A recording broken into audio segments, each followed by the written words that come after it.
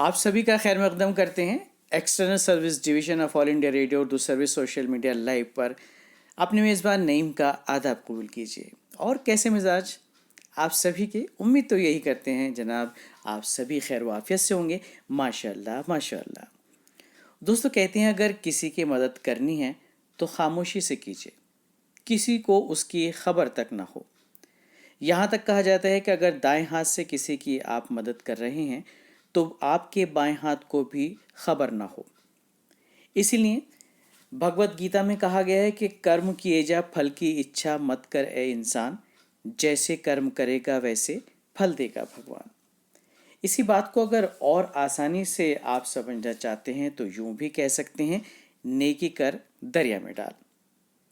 क्योंकि देखने वाली बात और यह है दोस्तों कि अज्र देने वाला और देखने वाली ज़ात तो अल्लाह की है, उसे आपके हर काम का पता रहता है। और दोस्तों, वैसे भी माह रमज़ानुल मुबारक चल रहा है और माह रमज़ानुल मुबारक में तो ख़ास तौर पे ज़कात और खैरात का एहतमाम किया जाता है। गरीब गुरबा बेसहारा लोगों की मदद की जा सकती है और की भी जाती है। और ख़ास तौर पर ऐसे अफराद की मदद करनी चाहिए दोस्तों, जो मुस्तहिक तो हैं मगर कभी अपनी ज़बान से नहीं कहते। और ऐसा करने से जो क़ल्बी सुकून आपको मिलता है उसको लफ्ज़ों में बयान नहीं किया जा सकता। और ऐसा करने के बाद आप इंसान दोस्त की फहरिस्त में शामिल हो जाते हैं। कहते हैं, फरिश्ते से बढ़कर है इंसान बनना, फरिश्ते से बढ़कर है इंसान बनना, मगर इसमें लगती है मेहनत ज़्यादा। और आइए अब एक नज़र डालते हैं अहम खबरों की सुर्खियों पर। अहम खबरों की सुर्खियों के साथ मैं हूं आपकी दोस्त पोला पंडिता। आदाब।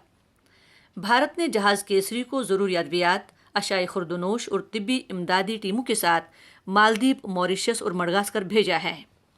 कोविड-19 के ज़्यादा मामलात वाली 10 रियासतों में मरकजी टीमें तैनात की जाएंगी। वजारत सेहत तिब्बी तहकीकी भारतीय काउंसिल और भारत बायोटेक कोरोना वायरस के लिए मुल्क की तकनीक से वैक्सीन तैयार करेगी। बैरूनी मुल्कों में फंसे भारतीय शहरियों को वापस लाने वाली खुसूसी परवाजें मुल्क के मुख्तलिफ हिस्सों में पहुंच रही हैं। INS जलाश्वा माले से 698 भारतीय शहरियों को लेकर आज कोची पहुंच गया। लॉकडाउन के बाद सामान तैयार करने वाली सन्नतों को फिर शुरू करने के लिए रहनुमा खतूत जारी। RDD ने कंटोनमेंट जोन के बाहर वाले इलाकों में इजाफी सरगर्मियां शुरू की। अक़वाम मुत्तहिदा ने कोविड-19 से निमटने की खातिर 6 अरब 70 करोड़ डॉलर की आलमी अपील की। आलमी सेहत तंजीम WHO ने तस्लीम किया है कि कोरोना के फैलाव के लिए वेट मार्केट जिम्मेदार हैं। पूरी दुनिया में कोविड से मरने वालों की तादाद 2,80,594 से कर गई तजावुज़। मुल्क में कोविड-19 से मुतासर अफराद की तादाद अब तक 62,939, 19,358 हुए सेहतियाब। अभी तक 16,09,937 सैंपल टेस्ट किए गए। और भारतीय रेलवे ने अब तक मुल्क में 300 से ज़्यादा खुसूसी श्रमिक परवाजें चलाई। ये थी अहम खबरों की सुर्खियाँ। हम ऑल इंडिया रेडियो की उर्दू सर्विस के सोशल मीडिया लाइव से आपसे मुखातिब हैं। आप सभी को हैप्पी मदर्स डे। बहुत मुबारक आपको ये दिन। किसी ने पूछा, माँ क्या है, कौन है? समंदर ने कहा, माँ एक ऐसी हस्ती है जो कि लाखों राज सीने में छुपा लेती है। बादल ने कहा, माँ एक धनक है जिसमें हर एक रंग नुमाया होता है।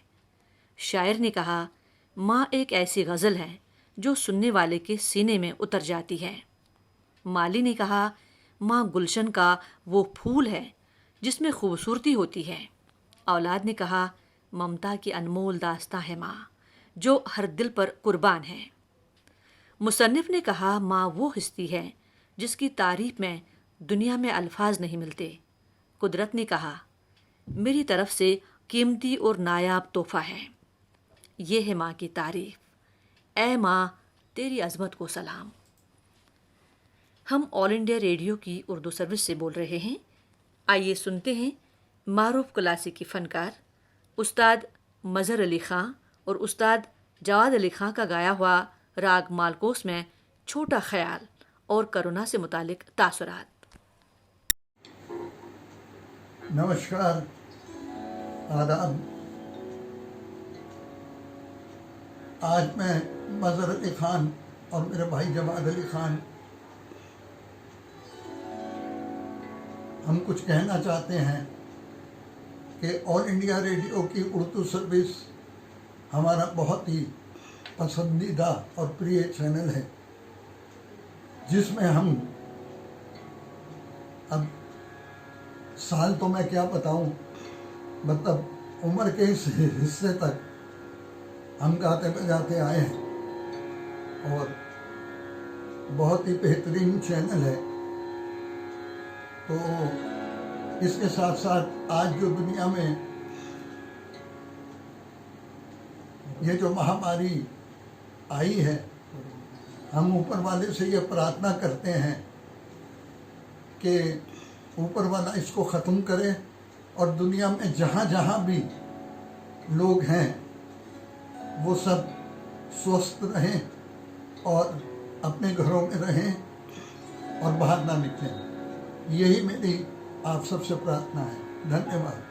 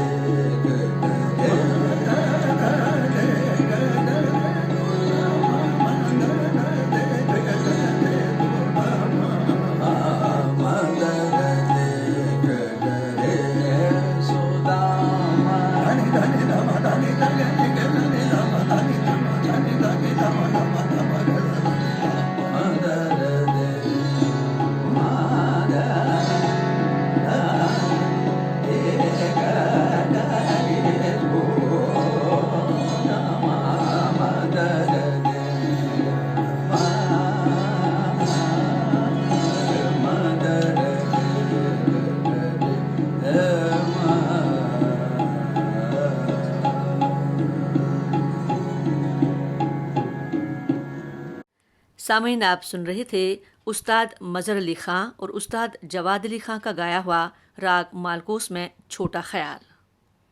अब आपकी खिदमत में हम पेश कर रहे हैं गौरी पांडे की आवाज़ में मोमिन खां मोमिन की ये गज़ल।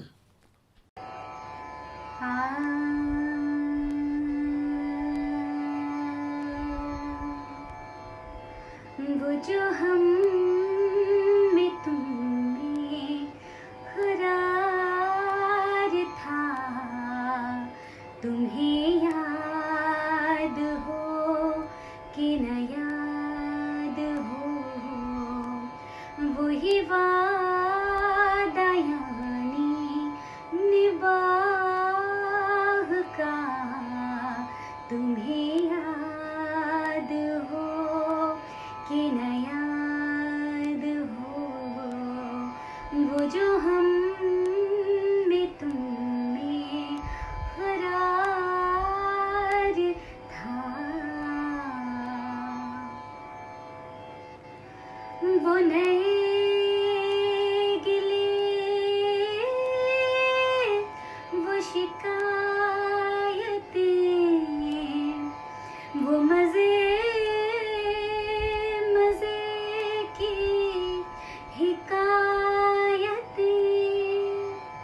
वो नए गिले, वो शिकायतें, वो मजे मजे की हिकायतें, वो हर एक बात पे रूठना, तुम्हें याद हो कि न याद हो, वो हर एक बात पे रूठना, तुम्हें याद हो कि न याद हो, वही वादा यानी निबाह का, तुम्हें याद हो कि न याद हो, वो जो हम में तुम में करार था, तुम्हें याद हो कि न याद हो। गौरी पांडे की आवाज़ में आपने मोमिन खां मोमिन का ये कलाम सुना। प्रोग्राम अभी जारी है। अगले सेगमेंट में आपसे मुखातिब हो रहे हैं हमारे साथी नईमुद्दीन। लीजिए सुनिए। बहुत शुक्रिया फूला साहिबा, और एक बार फिर आप सभी को खुशामदीद कहते हैं all India radio Urdu service की नशरियात में। पेश खिदमत है दिल की कलम से। दोस्तों, दिल की कलम से में आज बात एक ऐसी कुदरती लालटेन की या लैंटर्न की जिसमें ना तो तेल है ना बाती है, फिर भी रोशनी देती है, चमकती है और उसकी चमक दिल को मोह लेती है। और ये कुदरती लालटेन है जुगनू। जी हाँ, फायरफ्लाई। बचपन के ज़माने में इन जुगनुओं को पकड़कर बोतल में भरना और उनकी रोशनी को देखकर खुश होना एक आम शगल होता है, और हमारा भी था। हर बच्चा ये चाहता है कि उसको अपने दामन में कैद कर ले और फिर उसकी रोशनी को देखकर वो खुश होता रहे किसी खिलौने के मानंद। लेकिन दोस्तों, जुगनू कैसे चमकते हैं और उनकी रोशनी कैसे होती है, आज हम आपको यही बताएंगे। दोस्तों, जुगनू के चमकने का अमल उसके जिस्म में पैदा होने वाले एक पेचीदा कीमियाई रद्द अमल की वजह से होता है। जुगनू को, जैसा कि हमने आपको बताया, फायरफ्लाई भी कहते हैं और बायोलॉजी में इसे लोसिफ्रेन कहा जाता है। जुगनू का पेट लोसिफ्रेन नामी केमिकल पर मुश्तमिल होता है, जिससे वो हमें चमकता हुआ दिखाई देता है। जब ये कीमियाई अज्जा और ऑक्सीजन और लोसिफ्रेज नामी एंजाइम से यकजा हो जाते हैं तो जुगनू के पेट को रोशन करने का सबब बनते हैं। और जुगनू की अगर बात की जाए दोस्तों, ये कहाँ मिलते हैं? एशिया और अमेरिका के मुतअद्दिद मौसम और नमी वाले इलाकों में ख़ास तौर पर पाए जाते हैं, बहुत कसरत से मिलते हैं। मादा जुगनू दरख्तों और ज़मीन के अंदर अंडे देती है और ज़मीन और दरख्तों की छाल में मौजूद लार्वा को खुराक एक सयाल मादे की सूरत में इंजेक्ट की जाती है। एक जुगनू की औसत उम्र 2 महीने होती है और जुगनू एक केमिकल जिसे लोसिबुफेगिन्स कहते हैं, हालांकि ये कहने में इतना टेढ़ा मेढ़ा है कि ज़बान भी पलट सी जाती है और न सिर्फ इसे ज़ुबान से अदा करना मुश्किल है बल्कि हज़म करना भी बहुत मुश्किल होता है दोस्तों। इसका जायका शदीद कड़वा होता है। जब शिकारी छिपकलियाँ जुगनुओं को खाती हैं तो ये चमकता हुआ कीड़ा केमिकल उन्हें बहुत बुरा जायका देता है और इस तरह जुगनुओं का चमकना असल में शिकारियों को ख़बरदार करना होता है कि इस रोशनी से वो दूर रहें। और जुगनू का जो साइंसी नाम है और साइंटिफिक जो नाम उसको दिया गया है वो है फ्रंटाइनस पायरेलिन्स, यानी फ्रंटाइनस पायरेलिन्स। जुगनू की रोशनी लगातार नहीं होती है और ये रोशनी 1 सेकंड से भी कम वक्फे तक रहती है। और ख़ास बात यह है दोस्तों, आपने गौर भी किया होगा, ये जलती बुझती रहती है और जुगनू से निकलने वाली रोशनी का रंग जो होता है पीला, हरा और लाल होता है। और ख़ास बात यह है दोस्तों, जुगनू की रोशनी में तपिश नहीं होती, यानी गर्मी नहीं होती, ये ठंडी होती है। हालांकि ऐसा क्यों होता है, इसका जवाब अभी तक साइंसदानों के पास नहीं है और ये तहकीक का मौजू है। तो ये तो बात थी जनाब जुगनू के मुतालिक, वो कैसे चमकता है, उसकी रोशनी कैसे होती है, हमें अपनी तरफ मरकूज़ करती है। लेकिन जुगनू का ज़िक्र हो और अल्लामा इकबाल की नज़्म जुगनू का नाम न लिया जाए, ज़िक्र ना किया जाए, तो हमारी बात अधूरी रह जाएगी। बड़ी मशहूर नज़्म है अल्लामा इकबाल की, जुगनू। जुगनू की रोशनी है काशाने चमन में, या शम्मा जल रही है फूलों की अंजुमन में। आया है आसमां से उड़कर कोई सितारा, या जान पड़ गई है महताब की किरण में। या शब की सल्तनत में दिन का सफ़ीर आया, गुर्बत में आके चमका गुमनाम था वतन में। तकमा कोई गिरा है महताब की क़बा का, ज़र्रा है या नुमाया सूरज के पैरहन में। हुस्ने क़दीम की एक पोशीदा झलक थी, ले आई जिसको कुदरत खलवत से अंजुमन में। छोटे से चांद में है जुल्मत भी रोशनी भी, निकला कभी गहन से आया कभी गहन में। जुगनू की रोशनी है काशा नए चमन में, या शम्मा जल रही है फूलों की अंजुमन में। तो ये थी अल्लामा इकबाल की नज़्म जुगनू के हवाले से। दिल की कलम से मैं आज बस इतना ही दोस्तों। उर्दू सर्विस की नशियात का सफ़र अभी जारी है और अब सुनते हैं डॉक्टर साहब आपसे क्या फरमाते हैं। और आप हैं डॉक्टर लोकेश कुमार गर्ग। मैं डॉक्टर लोकेश कुमार गर्ग कोविड-19 के बारे में क्या सावधानियां बरतें हैं, कोविड-19 है क्या, इसके बारे में कुछ बताना चाहूँगा। अभी तक भारत में लगभग 850 मरीज़ कोरोना से संक्रमित पाए गए हैं। इनमें से अप्रॉक्स 73 पेशेंट्स रिकवर हो चुके हैं और 19 लोगों की मौत हुई है। सावधानियां जैसे सभी को पता है कि रेगुलर इंटरवल पर आइदर सैनिटाइज़र यूज करें या साबुन से हाथ धोते रहें। सोशल डिस्टेंसिंग मेंटेन करके रखें। सोशल डिस्टेंसिंग का मतलब यह है 2 लोगों के बीच में 1 से 1.5 मीटर की डिस्टेंस बना के रखें और गैदरिंग से बचें। जब बहुत ही ज़रूरी हो तभी घर से बाहर निकलें। जैसे कि गवर्नमेंट ने लॉकडाउन डिक्लेयर किया हुआ है तो सभी अपने घर पर रहें, तभी आप स्वस्थ रहोगे, संक्रमित होने से बचोगे। और फेस मास्क लगाएं। फेस मास्क सिंपल जो 3 प्लाई का फेस मास्क है वो सफिशिएंट है नॉर्मल पेशेंट्स के लिए, नॉर्मल बंदों के लिए। और घर के अंदर फेस मास्क लगाने की ज़रूरत नहीं है। यदि कोई किसी को कोल्ड का फ्लू हो रखा है उसको ही घर के अंदर फेस मास्क लगाने की ज़रूरत है। जब भी घर से बाहर निकलें नॉर्मल मास्क लगाएं। और सिर्फ हेल्थ केयर वर्कर जो हॉस्पिटल में काम करते हैं या पॉजिटिव केस है किसी के घर में या सस्पेक्टेड केस है उसके कांटेक्ट में जो लोग हैं उनको N95 मास्क लगाने की ज़रूरत है।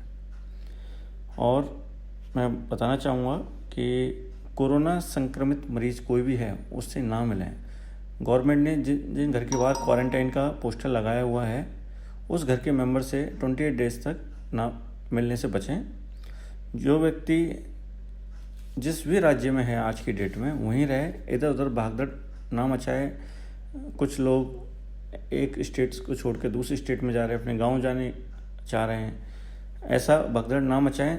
फिर सोशल डिस्टेंसिंग का कोई फ़ायदा नहीं होगा। जो गवर्नमेंट ने लॉकडाउन किया है उसका कोई मोटिव है, वो पर्पज़ है, वो सॉल्व नहीं होगा।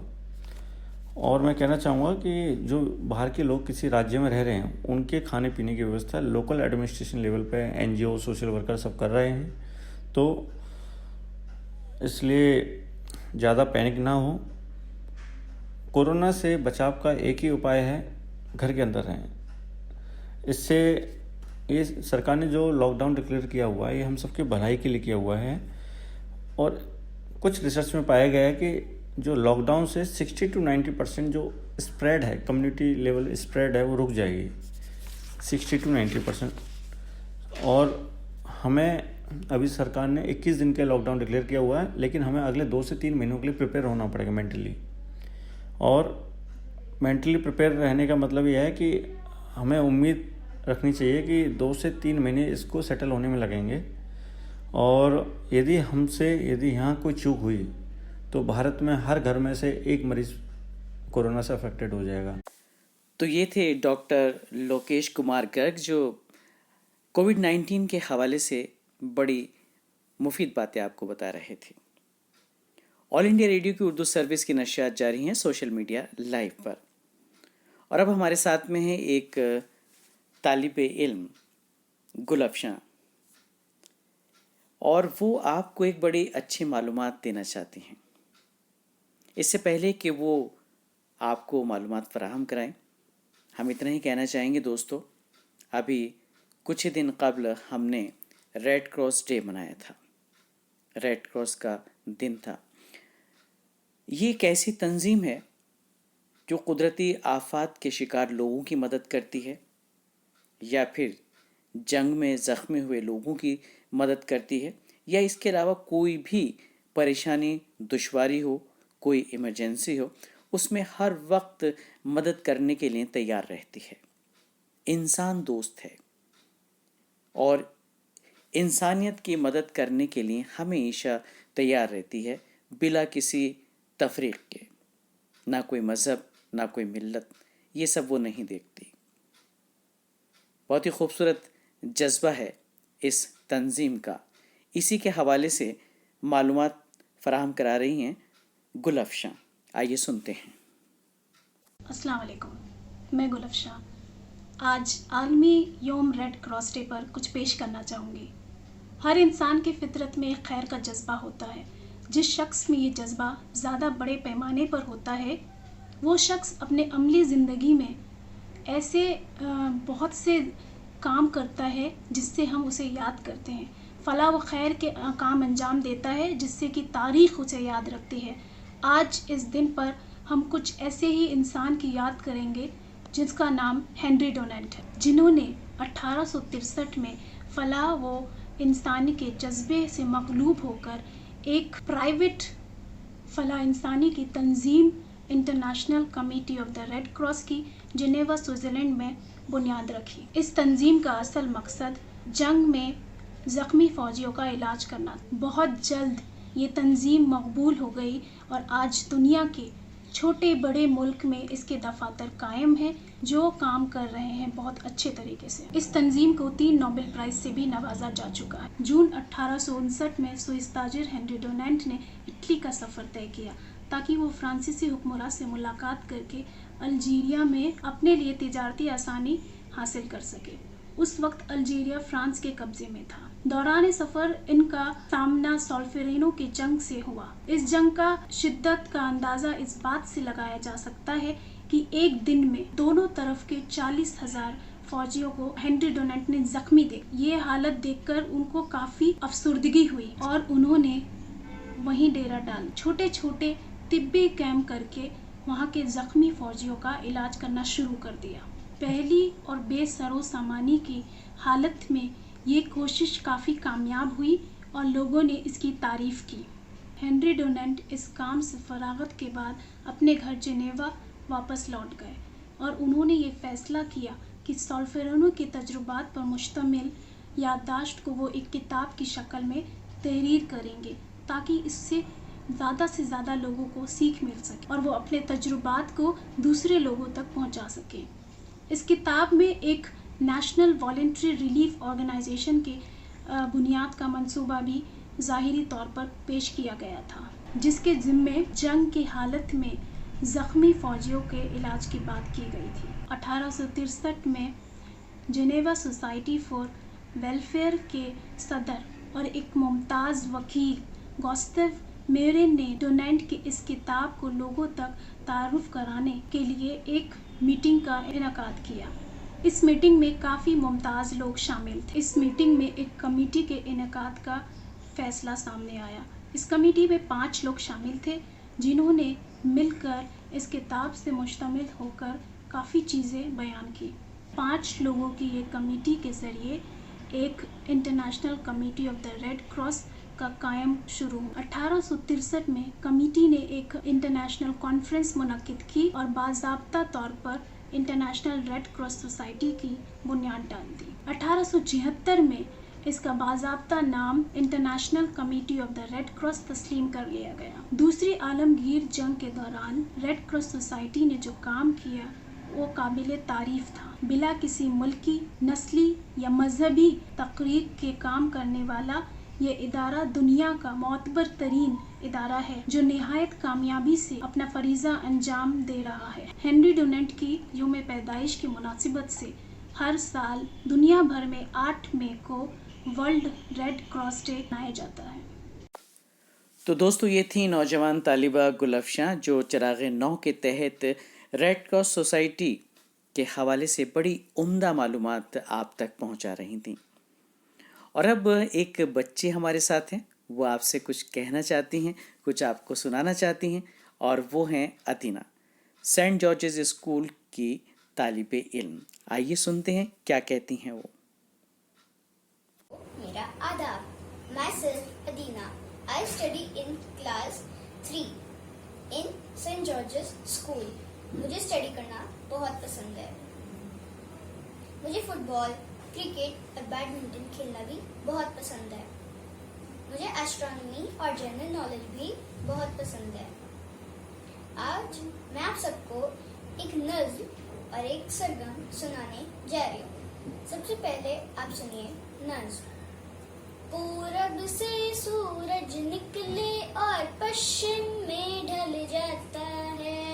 पूरब से सूरज निकले और पश्चिम में ढल जाता है। पूरब पश्चिम उत्तर दक्षिण उजियाला फैलाता है। पूरब पश्चिम उत्तर दक्षिण उजियाला फैलाता है।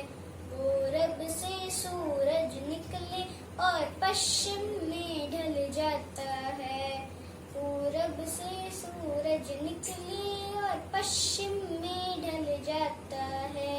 सुबह दोपहर शाम रात का चक्कर यही चलाता है। सुबह दोपहर शाम रात का चक्कर यही चलाता है। आप सब सुनिए एक सरगम। सारे गा रे गा मा गा मा पा मा पा धा नी धा नी सा नी धा पा मा गा रे सा। I hope you all enjoyed my nazm and sargam. Thank you. ये थी प्यारी सी क्यूट सी अदीना जो बोनस दे रही थी हमारे सामीन और नाजरीन को एक नज़्म के साथ एक प्यारी सी छोटी सी सरगम भी सुनाई। तमाम तर नेक ख्वाहिशात और बहुत सारी दुआएं बेबी अदीना के लिए। और अब बात उस शख्सियत की, उस अजीम शख्सियत की जिसका आज दिन है, यानी मदर्स डे। माँ की इस अजीम शख्सियत के मुतालिक क्या कहा जाए दोस्तों, जितना कहा जाए उतना कम। इतनी कुर्बानियाँ, इतनी ममता वो लुटाती है अपने बच्चों पर कि हम उसकी तारीफ़ कर ही नहीं सकते, बस लाजवाब हो जाते हैं। इस अजीम शख्सियत के नाम चंद मुख्तलिफ अशार। इस तरह मेरे गुनाहों को वो धो देती है, इस तरह मेरे गुनाहों को वो धो देती है। माँ बहुत गुस्से में होती है तो रो देती है। जब भी कश्ती मेरी सैलाब में आ जाती है, जब भी कश्ती मेरी सैलाब में आ जाती है, माँ दुआ करती हुई ख्वाब में आ जाती है। एक मुद्दत से मेरी माँ नहीं सोई ताबिश, एक मुद्दत से मेरी माँ नहीं सोई ताबिश। मैंने एक बार कहा था मुझे डर लगता है। तेरे दामन में सितारे हैं, तो होंगे ए फलक, तेरे दामन में सितारे हैं तो होंगे ए फलक, मुझको अपनी माँ की मैली ओढ़नी अच्छी लगी। ये ऐसा कर्ज है जो मैं अदा कर नहीं सकता, ये ऐसा कर्ज है जो मैं अदा कर नहीं सकता, मैं जब तक घर न लौटूं मेरी माँ सजदे में रहती है। मैंने कल सब चाहतों की सब किताबें फाड़ दी, मैंने कल सब चाहतों की सब किताबें फाड़ दी, सिर्फ एक कागज़ पे लिखा लफ्ज़ माँ रहने दिया। इस अजीम शख्सियत माँ को हमारा सलाम। दोस्तों, आज के प्रोग्राम में बस इतना ही। आइंदा प्रोग्राम में आपसे फिर होगी मुलाकात। अपने मेज़बान फूला पंडिता और नईम को आज के प्रोग्राम से दीजिए इजाज़त। खुदा हाफिज़, शब बखैर, जय हिंद।